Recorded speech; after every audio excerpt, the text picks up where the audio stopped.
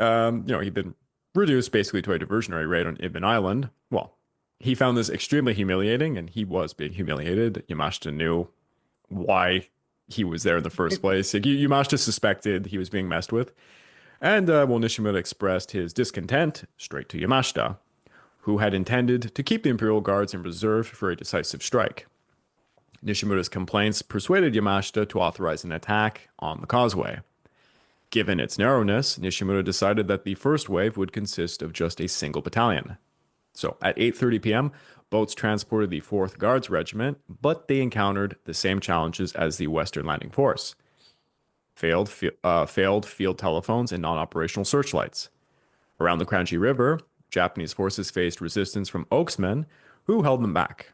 However, by the morning, once communications were restored between the defenders' headquarters, Duncan learnt his forces were at risk of encirclement, as the Japanese might be crossing the Kranji even further south. So he ordered a withdrawal as soon as the fuel tanks were destroyed.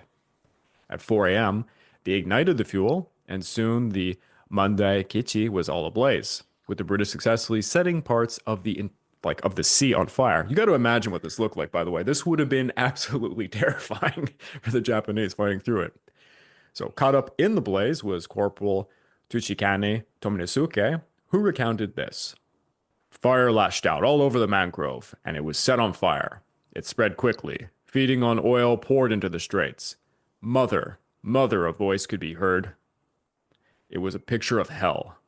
Abiyokatan. Buddhism. Worst of all hells. I stumbled along the edge of the beach. My gun felt slipper in my hands. Fire in all directions threatened to engulf me. Where to go? It seemed impossible to advance or retreat. Then I stumbled across Corporal Nemeto, who said, "We'll burn to death just standing here. Let's attack." Shouting out to the battalion and platoons, we advanced. One, then 2 comrades joined. Soon, we were 5 blacked figures looking all alike, with only the whites of our eyes glinting in the darkness. We were covered in heavy black oil. So yeah, you got to imagine for these guys, covered in oil, seeing fire everywhere, not a great place to be attacking. Nishimura received reports about the burning water, and he learned that Kobayashi's regiment had last been seen swimming through said flames.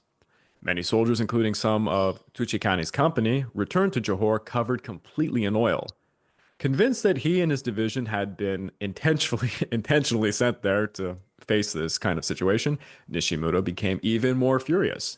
He blamed Yamashita for, quote, recklessly forcing a passage without adequate preparation, resulting in unnecessary casualties.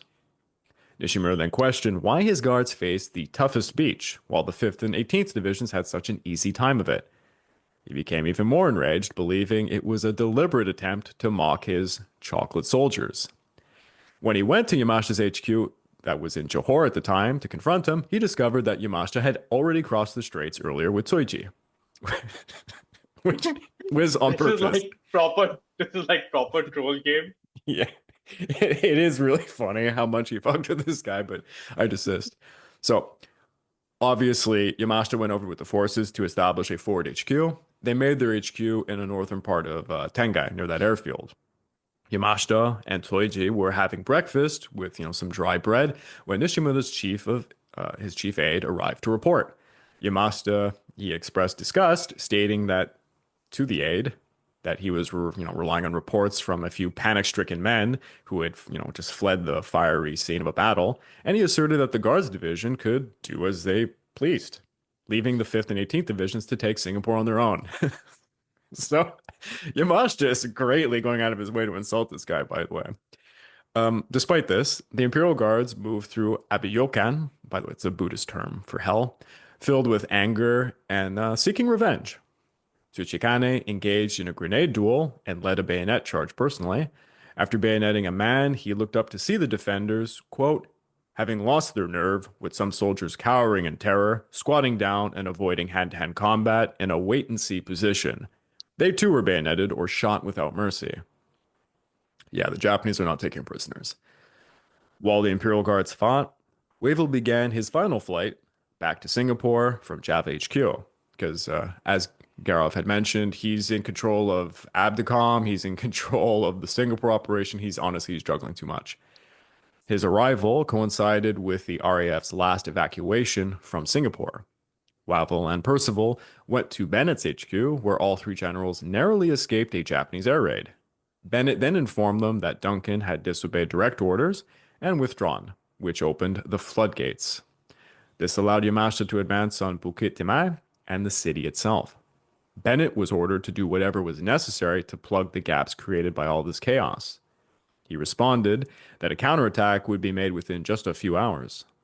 Before Wavell's early morning return flight, he had dinner with Percival and Air Vice Marshal Pulford, and just before the meal, a telegram arrived from Sir Winston Churchill.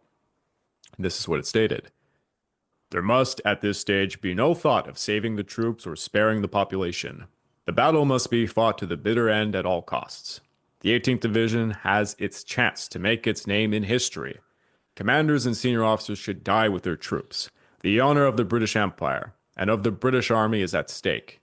I rely on you to show no weakness or mercy in any form. With the Russians fighting as they are and the Americans so stubborn on Luzon, the whole reputation of our country and our race is involved. Pretty big words from Churchill. Now, Wavell would... I think one part is because he does not want to send any reinforcements to the theater, just given the Europe First strategy that he strongly wanted to be followed. Of course. Wavell contributed his own words to be given to the soldiers.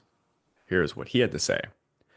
The Chinese, with almost complete lack of modern equipment, have held the greater part of their country against the full strength of the Japanese. It would be disgraceful if we yield our boasted fortress of Singapore to inferior enemy forces. I look to you and your men to fight to the end and prove that the fighting spirit that won our empire still exists to enable us to defend it. Pretty big words from him as well, and Percival would add his own words to the men, and here's what he had to say. It will be a lasting disgrace if we are defeated by an army of clever gangsters, many times inferior in our numbers. Sorry, could not resist that chuckle at the inferior numbers part. The spirit of aggression and determination to stick it out must inoculate in all ranks. There must be no further withdrawals without orders. There are too many fighting men in the back areas. Every available man who is not doing essential work must be used to stop the invader.